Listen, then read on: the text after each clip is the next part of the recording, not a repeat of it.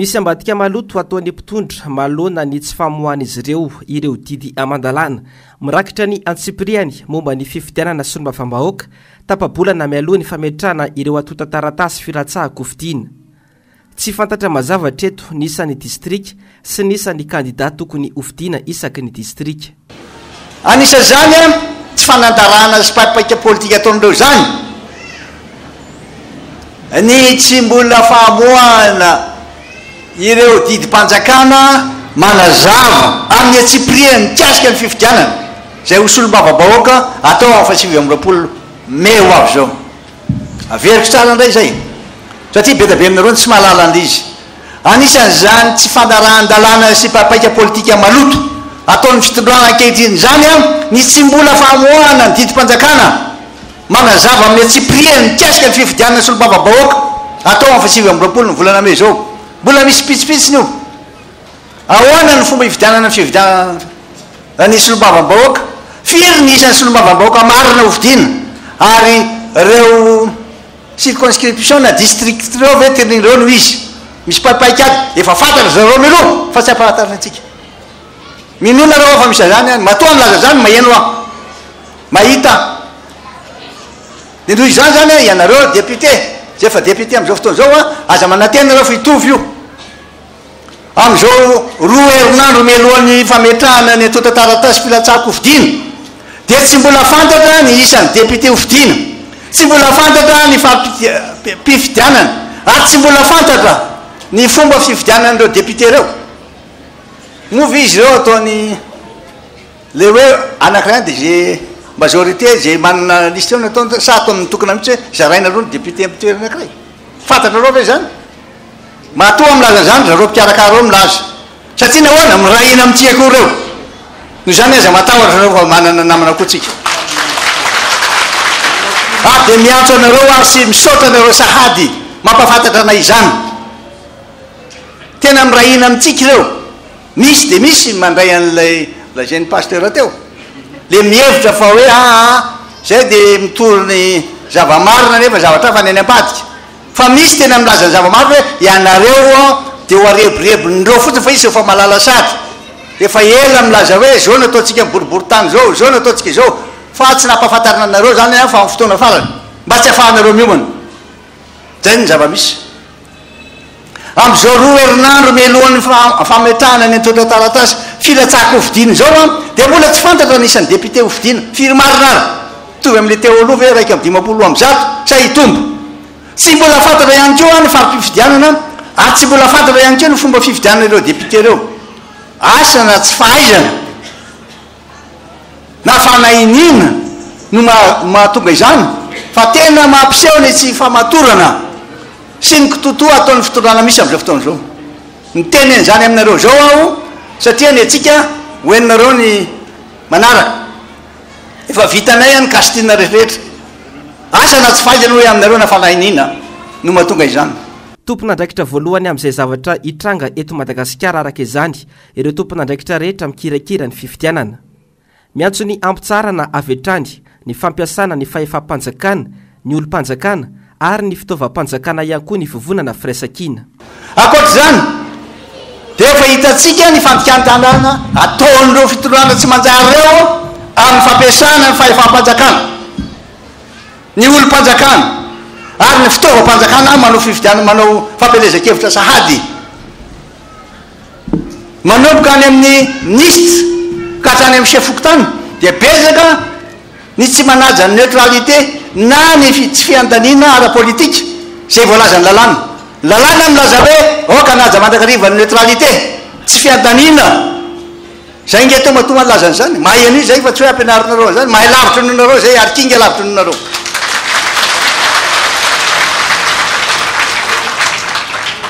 Roa herinandro sisa dia alefa reo atota taratasy milaza hoe ianao zany dia vonona ny latsaka ary natolotry ny vondrona firaisan-kina ho lasany iny ka nefa mbola tsy mazava amintsika ny didy amandalàna na ny didim-panjakana mazava amin'ny atsipriany tiasika ny fifidianana zay hosolom-bavabahoaka. akoatran'izany oa ditatsika koa ny fandikan-dalàna ataon'izy ireo. Aiza ve anao ministra de efa mandeha sahady manao propagandy pré-campagne. Aiza ve anao chef fokontany a reny a fa efa mpanjakana ny reny. Chef fokontany a de efa hoe tsy maintsy mahazo signature ny chef fokontany. De ny maire zay vao mandeha, tsy fanarahan-dalàna zany. Na izy milaza mahay eo, na izy milaza mahay, zay koa mahay. Fa tsy nareo rery. Betsaka ihany koa reo mpifidy zay mitaraina fa tsy afaka manara-maso ny anarany any amin'ny liste ny mpifidy, satria tsy mbola tonga any amin'ny fokontany misy azy avy reo a hatramin'izao ny liste mpifidy a zay nofaranana tamin'ny vojomaika tamin'ny 5 ny volana febroary lasa teo, mbola tsy tonga any satria na rehefa taxi brosy on de adin'le chauffeur ao anatin'le boîte e losy noho izany kototo be va miomana any am'izany tsika antanina fa ahoana mbola tsy tonga any aminareo ihany le izy de nanatona andreo hoe mbola miandro fa mbola tsy voarainy ety a lay liste ny mpifidy a avy nifaranana tamin'ny 5 ny volana febroary teo fa nampitondraina taxi brosy no tsy fampin'ny vola eto manana nga zany an'ny mpifidy de adin'le chauffeur de natsona le chauffeur any aminareo aty aminay mbola ao anatin'le ala fa diniko atetiko any lefa avy eo matoa mahaino an'izany za mahaino an'izany misy eo tena loza.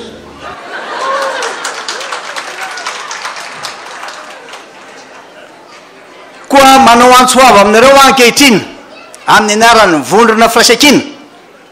mba amoahana aingana de aingana ireo didim-panjakana manazava ny fizotra ny fifidianana député zay ho atao amin'ny 8 ny volana May ho avy zao. Manao antsoava aminareo ihany koa aho ny ampitsarana ireo milaza fampitondra fanjakana saritsarandreo. Tsika tsy manaiky andreo satria tsika laza mitsipaka tanteraka le fifidianana tamin'ny 9 ny volana novambra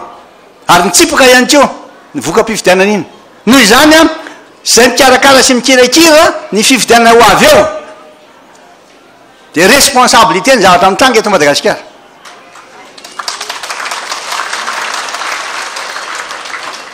Manao antsoavo aho i aminareo mba hampitsahatra ny fampiasana ny fitaovam-panjakana, ny olo-panjakana, ny volam-panjakana ary ny fahefam-panjakana. Tena ampiasaindreo le izy solony daholo zay tiany solony reo sy fokontany mba manohatra ihany ny olona afaka manohatra mibasy ny eo am-pelatana ny vereo maramilo ataondrareo fitaovana ary ianareo koa mpitandro filaminana mba enoy ny feo miferitriretanareo. Olona nianatra sy mahalala ny tokony atao ianareo de miantso anareo moramora izay ampanajana mba fantatrareo le izy. De mbola miantso anareo ihany koa amin'ny alalan'ny vondrona firaisan-kina mba hampitsarana miaraka amin'ny vava ny fanerena sy ny fampiasana reo mpanjakana satria fampitahorana mahazo azy reo fandrahonana raha tsy mandeha anao a affecté raha tsy zany anao zao no mahazo anao de lasa anao manao fampilezekevitra tsy fidiny fa misy de misy tokoa aloha reo olona tena mamaly fa de miantra aminy rehefa avy eo reo le karazany sazy na fampiororona na de eo ary zany a de eritsika miresaka araka ny tenin'ny pasteur teo mino fotsiny ihany fa tsy maintsy andresitsika ary tsy atahotra mihitsy tsika fa zao tsika va tena ijoro zao tsika va tena hosahy satria isaka ny district isaka ny boribory tany de tsy maintsy hitrangy zay fa de olazainay aminareo ndray ara hoe inaby ny tokony ataotsika ary ahoana ny fizotrany eny amin'ny boribory tany a na eny amin'ireny district reny ady no atriana ary tsy moramora ny akany maro anisa eny anivo ny anteny mera-pirenena ny firaisan-kina no hery ontolo ka tena ilaina izay firaisan-kina izay. Mbola nanamafy ny antso ireo antoko politika hafa irahina anatevina ny vovonana firaisan-kina ihany koa ny filomarika ravaramanana. Raha tsy miray iny sika tsy hatateraka ny fangalana indray hoe Madagasikara any Malagasy. Tena vonina ary tena say ary manana fatokisana be da be mino fa ho azo sika io raha mirahintsika ary ho azo sika io raha ho anatytsika le finoany raha ho anatytsika ny finoany aza matahotra mafy sy sahirana ankehitriny manjoa an'ireo vehivavy amin'ny fankalazana ny andro omaly tena ontsa mihitsy mahita andrareo ka dia azakivy anareo vehivavy azakivy anareo fa mafisatrany ny firaisakina zay nananareo mila anareo ny firenena mila anareo ny fanavotana anty Madagasikara ity zava-dehibe ny fiarahana toy izao satria manamafy ny fifankatiavana sy ny firaisakina ary manapirofo fa marina sy mijorona hoe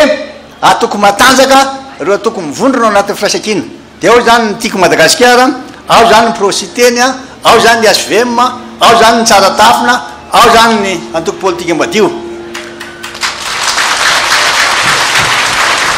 de efa nanomana ny kabaloko ao de no ataoko tena tsaratafina ny tiako Madagasikara ny prositeny ary ny SVM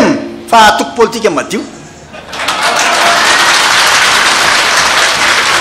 de ofakotrysika lehibe ny antoko politika pitarika an'ireo vahoaka mba hampiseho fietsika mendrika azo laitahaka azo tsara tafina aoko sika hampiseho an'izay fietsika zay mba ho mendrika satria zay ataony pitarika any tsy maintsy ataon'ireo olon'ireo koa dia engane atanjaka zany firaisakiny zany manerana ny Madagasikara anoloana ny zava-misy ankehitriny zay mitondra ny firenena malagasy ho any amin'ny fahantrana sy ny fanapotehana tanteraka ny Madagasikara de tsy maintsy mandray andraikitra isika azahoana ny fahefana tsy maintsy manao zay azo atao rehetra sika azahoana ny fahafana anyvatsika zao fitondrana tsy manambiny zao tsy mitondra amin'ny fiadana mivoaka malagasy zao koa miantso anareo aoko tsika rahina tsara fomba sy lalana iray azahoantsika mahazo fahefana ka ampitsarana izao fampijaliana ny malagasy zao ny amerenana ny Madagasikara ho an'ny malagasy ny azahoantsika ny maro anisa eny anivony antemimera-pirenena zava-dehibe zany eninareo tsara fomba sy lalana iray azahoantsika mahazo fahefana ka ampitsarana izao fampijaliana manjony malagasy zao sy amerenana ny Madagasikara ho an'ny malagasy ny fahazahoantsika ny maro anisa eny anivony antemimera-pirenena tsarov zay teniko zay noho izany de zava-dehibe ho an'ny firenena sy ny voaka malagasy ny fifidianana solombavam-bahoaka atao amin'ny 8 ny volana May ho avy zao io tsy maintsy sa isika tsy maintsy manamafy ny firaisakina isika vonina sa isika zany hiatrika ny fifidianana député amin'ny 8 ny volana May ho avy zao tsy maintsy sa isika sy vonina satria izao fitondrano zao de tsy maintsy hainoy ny fahazarany ratsiny amin'ny paika politika fanaony hatramin'izay amin'ny famadiana safidy-bahoaka mioanany amin'izany keo isika fa sakotsy ika nefany satria mirahina ny firaisakina ny hoe tena sa itsika tsy matahotra an'izany tsika vo sa itsika nanatrika ity fotoana ity ankombo iparaina Auguste filohan'ny antoko politika tsaratafa Kotoarisoa filohan'ny antoko politika madio ary ny solitena andreo antoko hafa mivondrona ao anatin'ny vovonana firaisakina ny solombavam-bahoaka mbola perinasa Stanislas Randrianarisoa na Rastany no isalotra ny anarany vovonana firaisakina amin'ny fifidianana solombavam-bahoaka ao anatin'ny boriboritany faharoa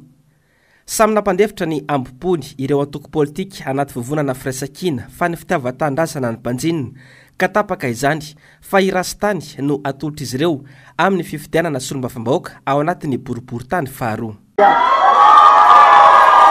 Vomaly dia ty daona le sasany fa izy zany zao a no faharoa nisy any EG tamin'ny tena mbola lainareo sary izy zay ty zany a dia ino tsara raha misy miteny ano any eo zao lefa mandeha laingy zany fosiky zany fa zao a vao mamoaka azy vao maty no sy niavina isy le secrétaire général ny firaisan-kiny dia no sy niavy nous sommes signés membres du bureau politique du regroupement politique Firaisan-Kina, attestant que M. Rastan, Léonard Anfoun,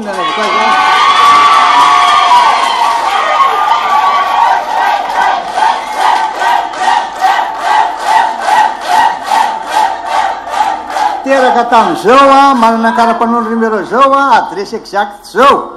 et le candidat investi par le regroupement des partis politiques Firaisan-Kina pour les élections législatives 29 mai district Antananarivo faharoa azao zany zay metsika fitenenana ny député Rastany tsy mbola fandresena akory izao hoy Rastany mbola mila fanohanany malagasy ao anatin'ny boriboritany faharoa ao hoy ity voatsongo ho candidat ny Firaisan-Kina ity dia zao koa falolotsika tsy hoe manditsy afapitabony ny fitenenana satria zao raha tamin'ny aliny dia hoe amin'ny session dia hoe mbola afaka aloha ny première session ny zavatra dingana voalohany fa amin'le faharoa ny tena izy dia le 29 mai zay ny angavikatsika mianakasy ataotsika mipoko ranga mialatsiny no matoro tsy zay fo dia mety za mivoateliny firaisam-pirenena ka noho zany a raha sanatria misy hoe sy filasalasana kely aza misalasala tsony satria efa vita sivana tany ambony a dia raha tiany tandrazany tia Firaisan-Kina atsika dia andao anohanany Rastany retotoko zay ny zavatra amin'ny herinandro avy zao kosa no ho fantatra ny anaran'ireo candidat rehetra manerana ireo distrika 20 manerana any Madagasikara.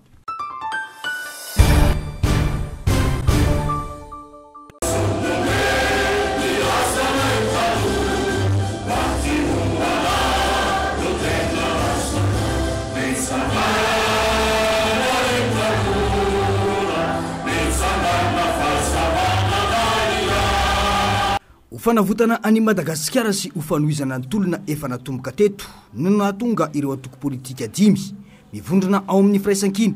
nanapa-kevitra fa iroso amin'ny fifidianana osolombavambahoaka hoy ny filohan'ny antoko tsara tahafana parainy Auguste adidy goavana no miandry ny olom-pirenena rehetra izay efa niara-nientana sy naneo Firaisan-Kina nanohitra ireo tsy fanarandalana tamin'ny saritsary-pifidianana filoha-pirenena teo iny hoy ny nambarany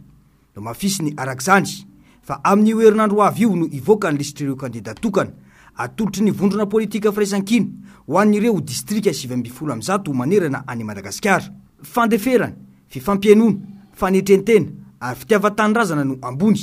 amin'izany fanendrena no raisina izany hoy ny fanazavana fa bazao ataoko hoe anso ataoko amin'ny HCC sy seny mba inona ny zavatra teneninareo amin'io sy fanaraha-dalàna ny ataon'ny gouvernemanta io sisy miteny anareo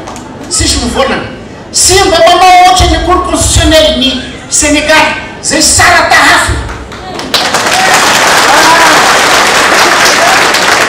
preuve dia tena ny marina tena ny lalàna tena ataosika hoe tany tan-dalàna ka izay mba anso atao aminareo fa sy mety any izao vo manomboka io anaka satokisana inareo e zao dia fa anao ohatra an'izay ka tsapa hoy parainy Auguste fa efa mitranga indray ny endrika tsy fanaran-dalàna mialohan'ny fifidianana eto amintsika ataony gouvernemanta mbola manao ny fomba fanao niany ny fitsarana avy momba lalam-pandrenana atreto izany indrindra no tsy maintsy ijorontsika ho iatrany parainy Auguste nisy fifandeferana nisy fifanazana na laminy sara hoe misy amin'ny présenté manolotra candidat mety misy antokotena na tokanakoroa dia nifandresy lahatra teo dia nifandresy lahatra teo dia nivoaka zany le anara hoe ho atao candidat plateforme natao mety misy sy afa-po zahay amin'ity candidat ty fa sykity nefa ny zavatra tazo no tratrarisika dia le hoe ahoana anazahoana le majorité ka sy mesy manao an'izay koa sika zany de eo koa moa zany zahay pitarika de andresy lahatra le basenay zany le olonay hoe io ny candidat sika io ny iarana manoana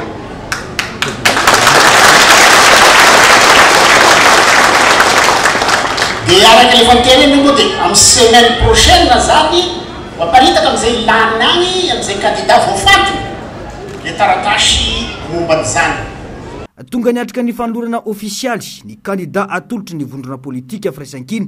ao amin'ny boriboritany faharoa moa ny tena ny androany ka nitondra ireo fanamariana sy afatra ho an'ny vahoaka malagasy io